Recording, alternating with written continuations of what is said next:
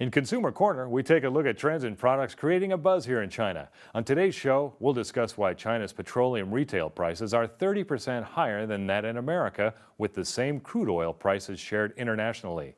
Petroleum prices have typically drawn the most public criticism in China under the controls of typically monopolized SOEs. Since February 25th, China's real GDP per capita only occupied 1/7 of that in America.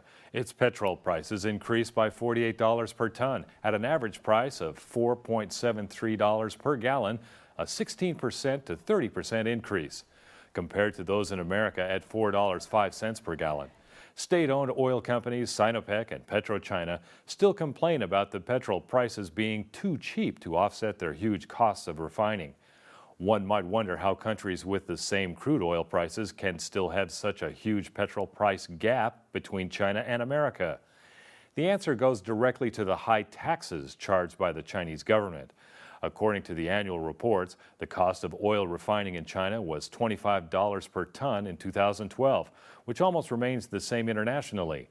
However, Chinese consumers will have to pay lots of overloaded taxes when they are purchasing petrol, such as the value-added tax, the consumption tax, and the urban construction tax. Besides, when the international oil prices increased above one certain price, the oil industry in China would need to pay extra proceeds, which usually would end up to be paid by the consumers too. With simple calculation, all the taxes the consumers are forced to pay occupied 35% of the petrol retail prices in China. If to take the taxes paid by those oil enterprises in China into account, the tax costs would even be over 50% of the petrol retail prices. While in America, the tax paid by its consumers only occupied 11% of the petrol retail prices, while most of the costs remain to the crude oil refining and sales, with 67%, 15%, and 7% respectively. Petrol is the fuel of modern industry. Its cost in crude oil, refining, transportation, sales, and all kinds of taxes and fees contribute to its retail prices. The costs of crude oil are almost the same between China and America. Half of the crude oil is homemade. The other half is imported from other countries, usually the high sulfur crude oil. Therefore, theoretically speaking, China's costs of crude oil should be much lower than other countries who usually use the light crude oil without all the taxes.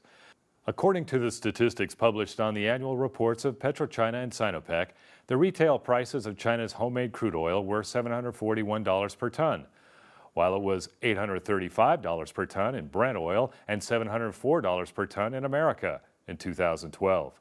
Although the crude oil prices in America are cheaper compared to China, its price difference remains very limited. However, greater changes have taken place after the refining process. According to statistics published by annual reports, the wholesale prices of petrol in China was $1,323 per ton, while at the same time the retail prices of petrol in America were $1,278 per ton in 2012. This means that in China, petrol wholesale prices went so high as $61 more than the petrol retail prices in America. Aiming at this incident, many netizens showed their opinions on the internet. One poster wrote on his microblog, quote, "In America, although the government's officials' incomes are paid by their taxpayers, those officials' private consumption was paid by them. While in China, either the government's official incomes or their private consumptions, such as car purchases, are all paid by Chinese taxpayers. With that in mind, how can it be possible for the petrol prices to be less than that in America?"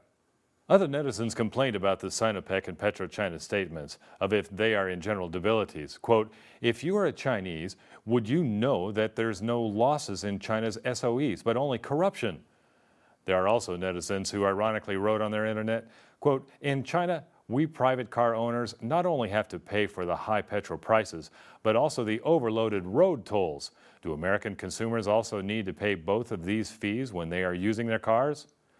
One poster complained, quote, "So many harsh duties in China made me feel like I'm back 100 years ago where people live lives as miserable as we are living now. The so-called Chinese dream turns out to be a dream of government officials or SOE's executives gathering profits." Still, one poster from Shaoxing in Zhejiang province sarcastically wrote, quote, "Where do these officials' high incomes and good welfare come from without all kinds of harsh duties in China?"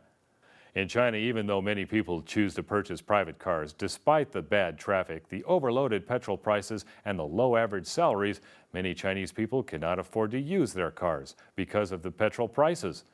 Let's see if new regulations make life more affordable.